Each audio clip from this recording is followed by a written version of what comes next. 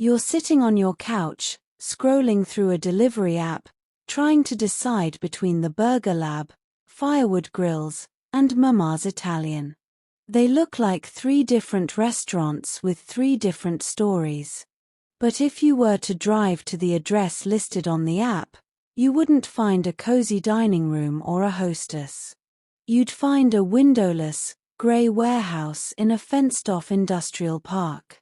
This is a ghost kitchen, the most significant, and perhaps most deceptive, shift in the history of the food industry. In 2026, the traditional restaurant is a financial suicide mission.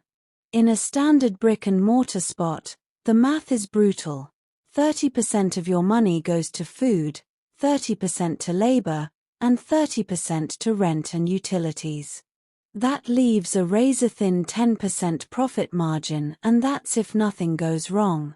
But then came the delivery apps. Companies like UberEats and DoorDash take a 30% commission on every order. For a traditional restaurant, that 30% fee doesn't come out of the profit. It wipes out the profit and half the labor budget. They aren't just losing money, they are paying for the privilege of serving you. Enter the ghost kitchen. By removing the restaurant from the restaurant, the economics flip. There is no front of house, no waiters to pay, no tables to clean, no expensive glass windows, and no prime real estate on Main Street.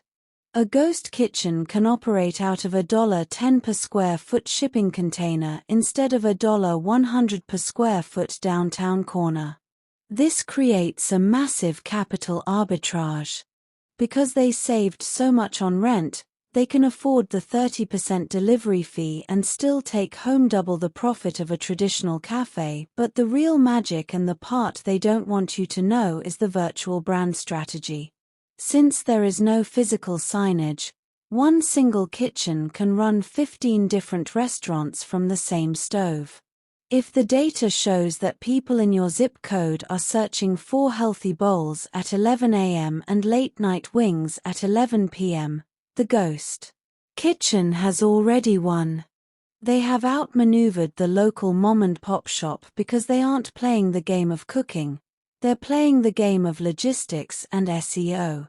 They are flooded with venture capital, powered by algorithms, and optimized for a world where we value convenience over connection. This isn't just about food anymore, it's about the industrialization of the kitchen. And in this new economy, the chef is just a line worker in a flavor factory. This is how the ghost kitchen really works. If you liked this video, subscribe the channel, share with friends and comments.